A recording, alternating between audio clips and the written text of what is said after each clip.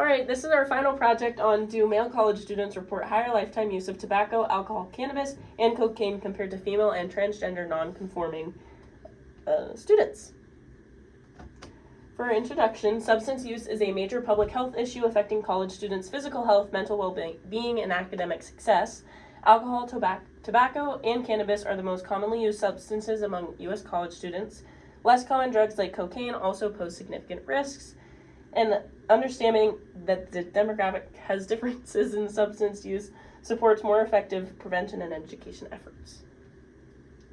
So for our data source, we used data from ACHA, NCHA, and it was a reference group report. The survey asked students about their lifetime use of substances, focusing on alcohol, tobacco, cannabis, and cocaine. And the students were instructed to report only non-medical use of these drugs. And the study included males, females, transgender, and non-conforming respondents, which enables us to do gender-based comparisons. The research question we were focusing on was, do male college students report higher lifetime use of tobacco, alcohol, cannabis, and cocaine compared to female and TGNC students?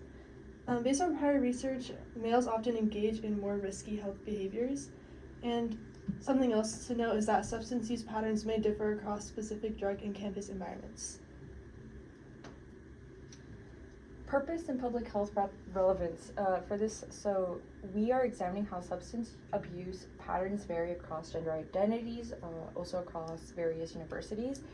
It provides insight into risk distribution among college student groups, and it informs targeted prevention efforts, harm reduction strategies, and campus wellness initiatives.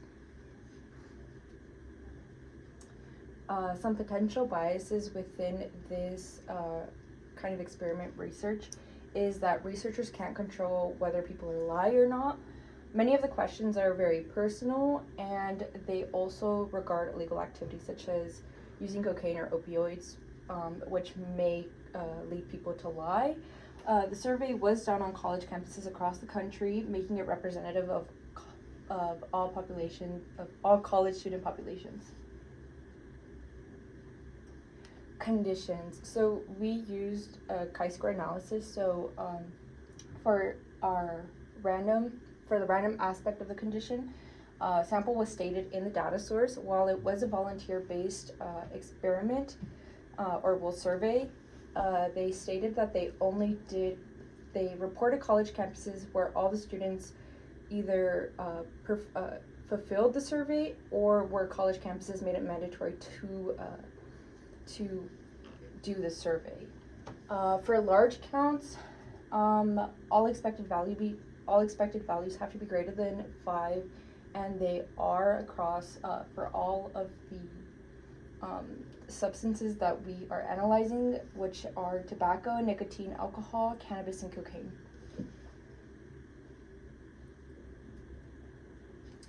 All right, so the question that we based off from the survey that we gathered our data from was, in your life, which of the following substances have you ever used? They also added the stipulation that to not report it for any non-medical use. So if you've ever taken, medical marijuana for something like that, didn't count. The statements that they used were tobacco or nicotine delivery products. Give some examples: alcoholic beverages, cannabis, and cocaine. Again, examples. So we performed the chi-square analysis on all 4 different. These are results for our tobacco and nicotine. Each of these cells shows 3 numbers. The first one is the observed count, so how many students actually reported yes or no in the survey. The number in the parentheses is the expected count, so what we'd expect if there was no gender difference. And then the chi-square contribution is in the brackets, and that tells us how much that cell contributes to the overall test statistic. From first looking at the totals, we saw that cis men make up the largest population of the sample. Cis women, followed by cis men, and then transgender non-conforming students, which we abbreviated here as TGN. And then across all the groups, more students said no to tobacco use than yes, which aligns with the National College Health Trends. And then for our actual data, we got a chi-squared value of 29.6704, and that tells us that for cis men, we see more tobacco users than expected, which means that they're contributing to the chi-square statistic more through their answering of yes, and that women and transgender nonconforming students are contributing less. So this did align with our hypothesis that men use substances more than women.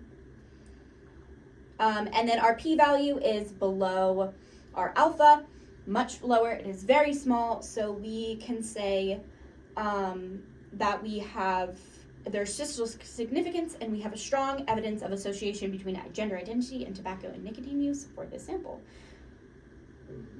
Yeah.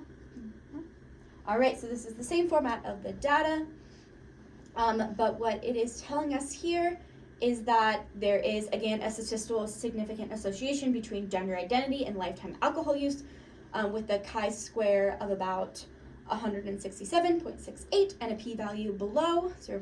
A bunch of zeros and a 1. A couple of key patterns is that cis men report higher alcohol use than expected and contribute highly to the yes category of the chi-square analysis, and that women report slightly lower alcohol use than expected.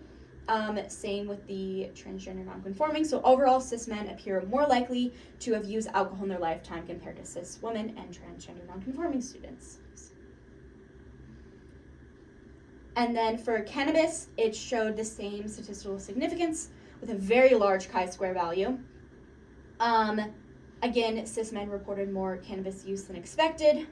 And overall, both cis men, and especially the thing to note here is that transgender nonconforming students showed a much higher use of cannabis than expected, which was different from our other conditions. They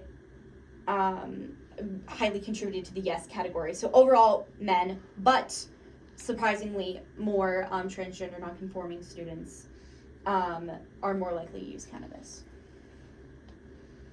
And then lastly, for cocaine, again, we have a chi-square value of 53 and a small p-value showing statistical significance. And overall, the same general trend holds that cis men and transgender nonconforming students show higher use than cis women. So for the analysis, again, we did an ANOVA analysis, and the reason we use this is because it is able to test for difference across all three of the groups at once.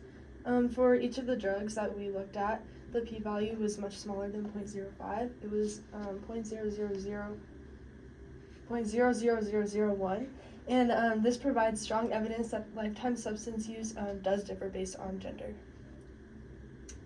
For our conclusion, after conducting all of our ANOVA analyses, we noticed, all the analyses across the different genders, we did notice that men tend to use substances more often than women and transgender nonconforming.